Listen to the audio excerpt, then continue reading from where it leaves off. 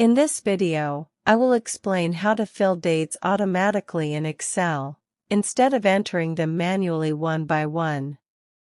You can see here, I'm filling the dates, October 20th, 2025, October 21st, 2025, and October 22nd, 2025.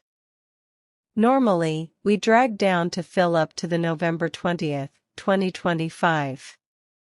But instead of dragging manually, we can use the Fill Series option.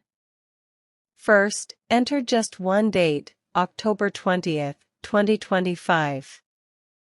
Right-click on the cell, and type Fill Series. In the dialog box, choose Columns, select Date, and under Type, choose Day. In the stop value, type November 20th, 2025, and click OK. Now, Excel will automatically generate the entire date series for you.